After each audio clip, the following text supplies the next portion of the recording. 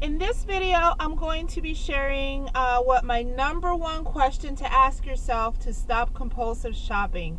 So that question is, what is wrong with the one I already have? I'm going to break into a little bit of a story time. So recently in the vlog, I mentioned I'm going to be upgrading to a newer camera. The camera came in. The one that I chose was the Canon PowerShot. I ended up buying the entire kit, which came out to $463 and some change. Now, the first part of the kit that I saw was this tripod. The tripod is flimsy. When I put the camera on it, it can barely hold the camera. So I was like, okay, that's fine. I have two tripods that I like. I don't need this one. It's not a big deal. I won't use it. All right. So out of the $563 kit, gone is the tripod. So then the next item. The next item I saw right away is the light. So this light is supposed to mount onto the camera. I could not for the life of me figure out how to mount it. I had Googled, videoed, checked, asked questions. I couldn't figure out. I don't even think it's comparable with the camera that is part of the kit. Not only that, but the light is like a very bright, blaring light that I thought, like, maybe if I can make shift to get it on the camera, I can make it work. The light would blind me to where I would be filming a video just dumbfounded staring at that light. So I was like, okay, 2 down of the kit. Let's keep going. All right. So then I started to get into the camera. Okay, it has a lot of bells and whistles. I've mentioned I'm not a technology person. I'm not into it. I find it frustrating. So I was like trying to get the help of my son to figure it out. I filmed a short test video. I went to upload my video and I realized it does not come with an uploading cable, USB cable. It comes with the HDMI cable, and I couldn't figure out what I'm supposed to do with this. So then my son explained to me, well, the HDMI is so you can connect your camera to the TV. I was like, oh, this is more for like beauty YouTubers who want to watch themselves doing makeup. Okay, well, that's not going to work. So of course I look it up. There is no USB cable for this. You have to do this by Wi-Fi. I have to film my footage and then send it through my Wi-Fi to my email or to my phone. So I was like, okay, frustrating process, figured it out, got it sent to my phone, halfway loaded, stopped, could not figure out what the problem was. 45 minutes into trying to figure it out, I couldn't get it to reload. I just thought to myself, why am I throwing away my money on something that I clearly hate? I hate the camera. I hate the accessories. I was like, why am I just throwing away my money?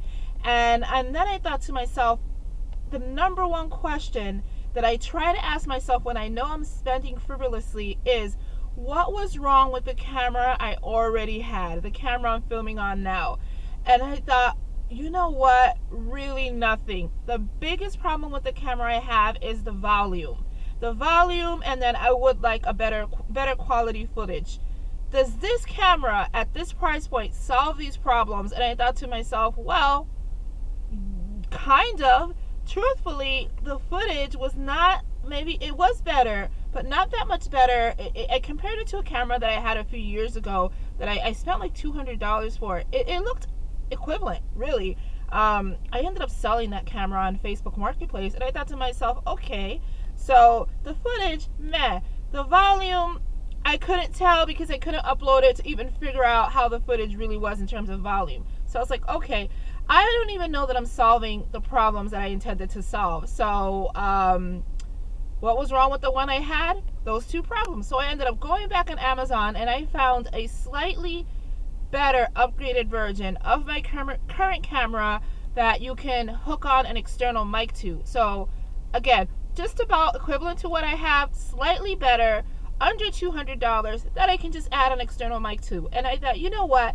If I had asked that question to begin with, I would have saved myself a lot of frustration.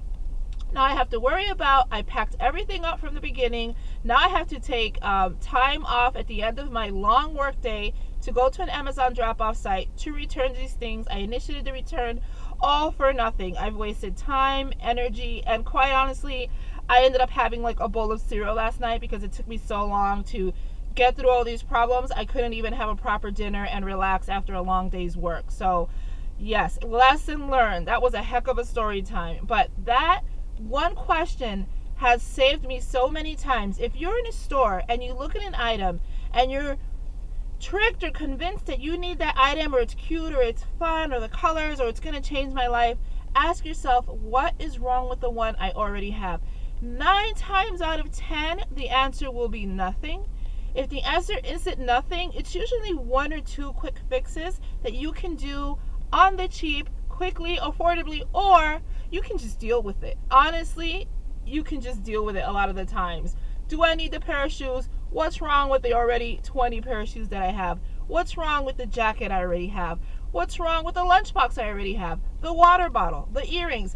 Usually the answer is nothing. So yes, that is my number 1 tip to stop compulsive shopping. I'm sorry I bored you with my long story time, but it really was a lesson in I really have to follow what I know is right for me. I've set rules for myself for this no buy year, and I have to stick to it in every aspect. Yes, I purchased this camera before I started my no buy, but even then I already had my mind percolating, so I should have put that in there. So alright guys, thank you for watching. I hope that was able to give you guys a little bit of advice and a little bit of food for thought.